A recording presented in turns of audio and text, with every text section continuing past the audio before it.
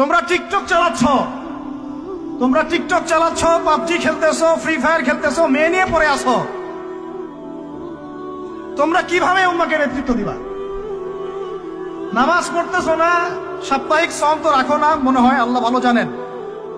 দান সদকা কতটুকু করো আল্লাহ ভালো জানেন। কুরআন তেলাওয়াত করতে শিখতেছো না, কোন আলেমের সহবতে যাও না। ইউটিউব, অনলাইন, ফেসবুক, ব্যাস that's all. YouTube, online, Facebook হচ্ছে একটা ফিতনার জগৎ।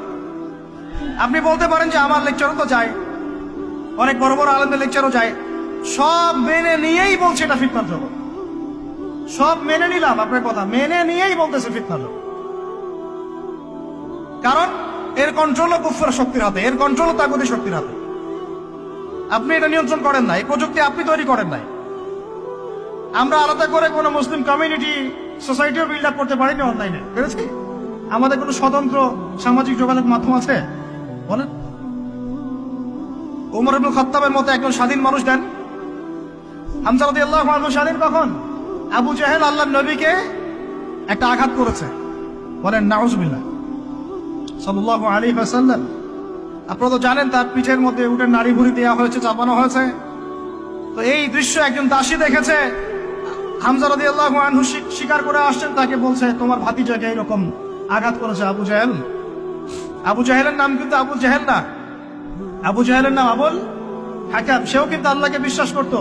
আপনারা মনে করবেন না যে সে একদম ইহুদি ছিল বা খ্রিস্টান ছিল, এমন না।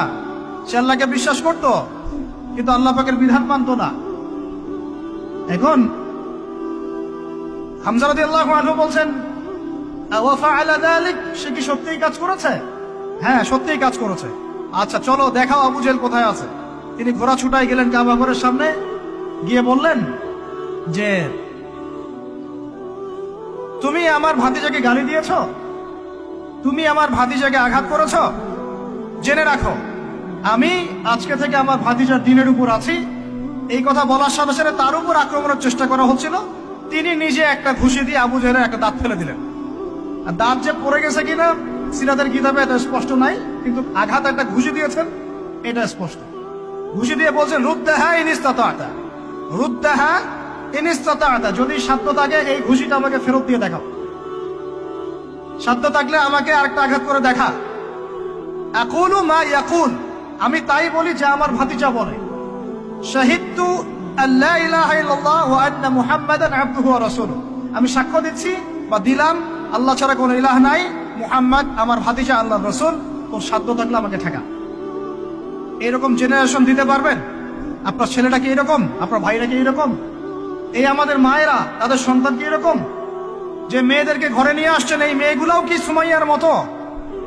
উম্মে আমারা একজন নারী সাহাবী, উম্মে আমারা উহুদের যুদ্ধে চতুর্দিক থেকে আল্লাহ নবীকে আক্রমণ করা হচ্ছে, তিনি একাই তীর ছুটছেন। মহিলা সাহাবী, নারী সাহাবী। আমাদের নারী মেহেদি দেয় বসে বসে, তাও বয়ফ্রেন্ডের জন্য। আমাদের নারীরা ঘরে বসে বসে মেহেদি দেয়, পার্লারে যায় বয়ফ্রেন্ডের জন্য। আর উম্মে আমারা রাদিয়াল্লাহু আনহা, তাদের মতো সাহাবীরা জীবন দেন রাসূলের জন্য। স্বাধীনতা এই যে তারা স্বাধীন, আল্লাহর দাসত্বের অধীনে তারা কাউকে পরোয়া করতেন না। তখন উম্মাহ ছিল স্বাধীন।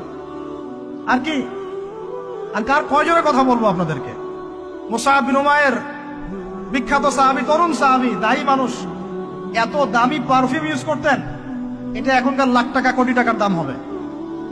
বিত্তশালী পরিবারের, এই যে বিত্তশালী পরিবারের সন্তানরা শোনেন, আপনারা তো বাইক দাবড়ায় বেড়ান, গাড়ি ড্রাইভ করে বেড়ান, মাঝখানে অ্যাক্সিডেন্ট করে দেন, কেসও খান না, তার বাপের টাকা আছে পার পেয়ে যান।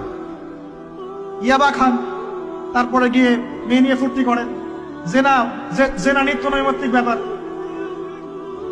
একটা মেয়েকে পিছনে ওঠান, 7 দিন ঘোরেন, আবার চেঞ্জ করেন, 7 দিন পর আরেকটা নেন।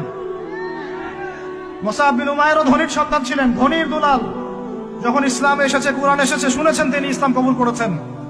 মা সম্পত্তি থেকে বঞ্চিত করেছে, তাকে চাটাইয়ের মধ্যে জড়িয়ে নিচে আগুন দেওয়া হতো, ধোঁয়া দেওয়া হতো, আযাব দেওয়া হতো পারিবারিক ভাবে। তিনি যখন নবীর কাছে আসলেন, নবী তাকে বললেন তুমি মদিনায় যাও। কোথায়? মদিনায় গিয়ে দাওয়াতি কাজ করো। মদিনায় দাওয়াতি কাজ করতে লাগলেন। তার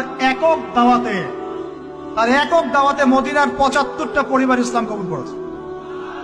এই যে মদিনায় যে ইসলামের আপনি জয় জয়কার দেখছেন, এটা মুসআব বিন উমাইর রাদিয়াল্লাহু আনহু দাওয়াতের একটা ফসল, আল্লাহ রাসূলের দোয়া। কয়টা পরিবার? এই 75 পরিবার এসে বায়াত করলেন নবীর কাছে, তারপরে নবী হিজরত করলেন মদিনায়। এমনি এমনি হয়নি, এটা প্রেক্ষাপট। ওই মুসআব বিন উমাইর রাদিয়াল্লাহু আনহু উহুদের যুদ্ধে শহীদ হচ্ছেন, তার গায়ে তখন 50টার বেশি তরবারের আঘাত আছে।